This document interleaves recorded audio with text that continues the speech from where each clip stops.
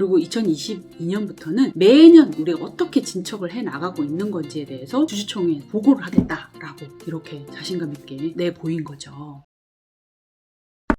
안녕하세요. 원래는 오늘 탄소세에 대해서 말씀드리려고 했는데 사실 지난주에 바빠가지고 탄소세를 서치를 못했어요. 그래서 다른 이야기를 가져왔습니다. 뭐냐면요, 유니레버에 대한 이야기인데요. 유니레버는 P&G랑 같이 글로벌 소비재 기업의 쌍두마차잖아요. P&G하고 유니레버가 1, 2위 이렇게 되고 있는데요. 유니레버는 여러분들 많이 아는 브랜드잖아요. 도브 비누라든지 헬만 마요네즈라든지 립톤 차 이런 것들도 있고요. 우리나라 AHC라고 화장품, 그것도 3조 원에 사가지고 가지고 있는 그런 회사인데요. 여기가 글로벌 기업으로는 처음으로 자기들이 발표한 기후 전략을 주주총회에 찬반 투표를 붙이겠다라고 발표를 했어요. 얼마 전에. 유니레버가 발표한 게 뭐냐면 3가지를 발표했는데요. 첫 번째는 자기들이 스콥 1, 2, 자기들이 사업장 안에서만 배출하는 온실가스하고 외부에서 들여와서 하는 스콥 2 온실가스 배출량을 2030년까지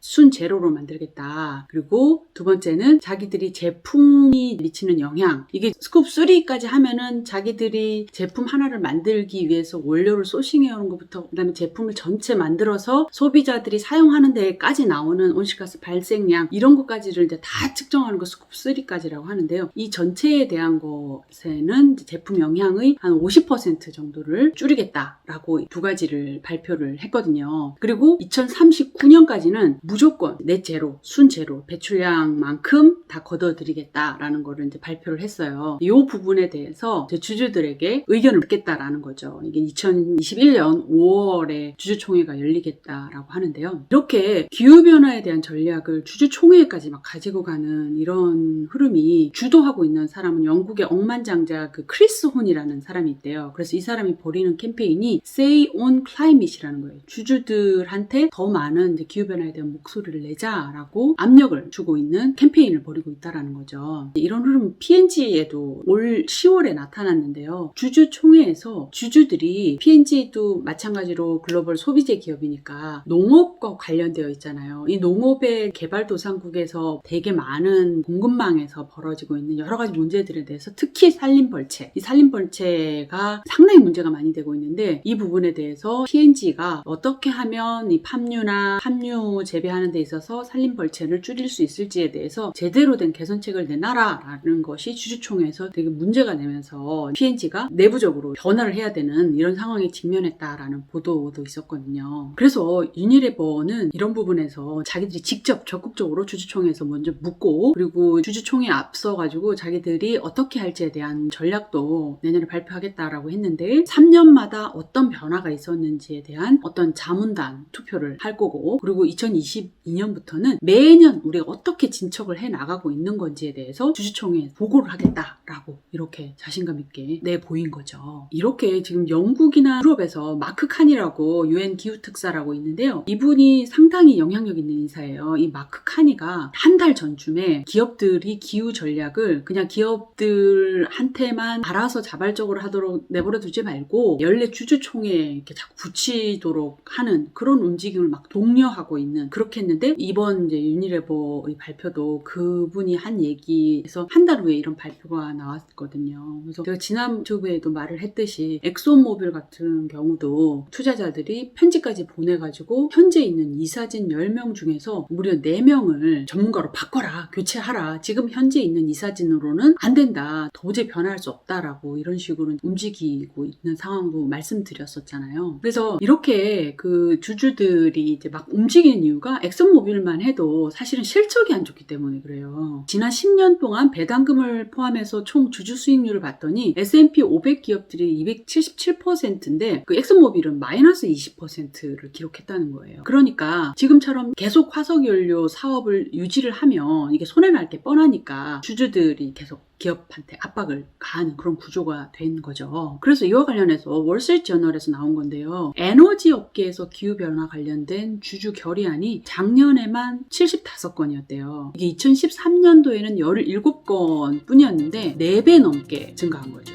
그래서 탄소를 많이 배출하는 기업들한테 월수의 투자자들이 계속된 변화에 대한 요구가 심해지고 있는 그런 흐름입니다. 오늘은 여기까지 말씀드릴게요. 감사합니다.